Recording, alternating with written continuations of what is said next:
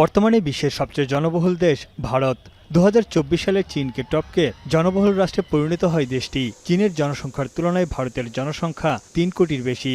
জনবহুল দেশের তালিকায় দ্বিতীয় স্থানে থাকা চীনের জনসংখ্যা বর্তমানে ১৪০ কোটি ৫০ লাখ। যুক্তরাষ্ট্র তৃতীয় এবং চতুর্থ স্থান দখল করে আছে ইন্দোনেশিয়া। ২০২২ সাল থেকে চীনের জনসংখ্যা দ্রুত হ্রাস পাচ্ছে। এ নিয়ে টানা ৪ বছর ধরে কমছে চীনের জনসংখ্যা। দেশটির সরকারি হিসাব মতে ২০২৫ সালে চীনের জনসংখ্যা কমেছে ৩৩,৯০,০০০।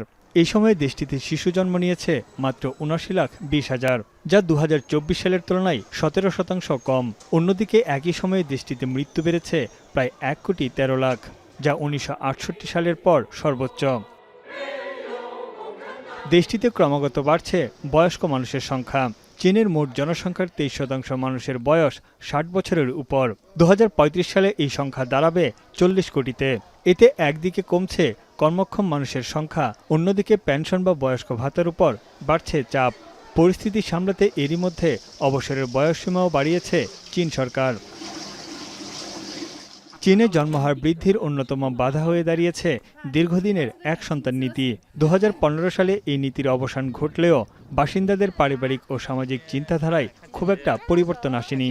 বিয়েতে অনীহার কারণেও দেশটিতে জন্মহার কমছে। ২০২৪ সালে দেশটিতে বিয়ে করার হার কমেছিল ২০%।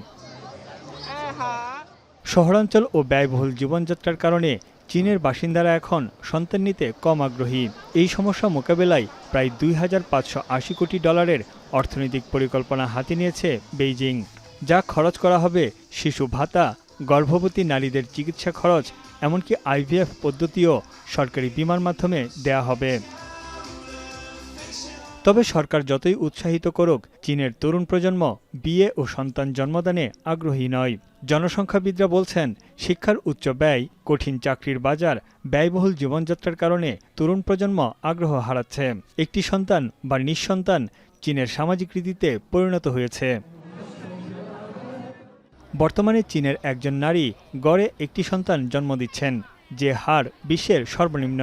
বিশেষজ্ঞদের মতে এমন ধারা চলতে থাকলে এই শতাব্দীর শেষ নাগাদ সন্তান জন্ম দেওয়ার ক্ষমতাসম্পন্ন নারীর সংখ্যা 3/4 কমে যাবে। তানভীর চনি, এখন বিশ্ব।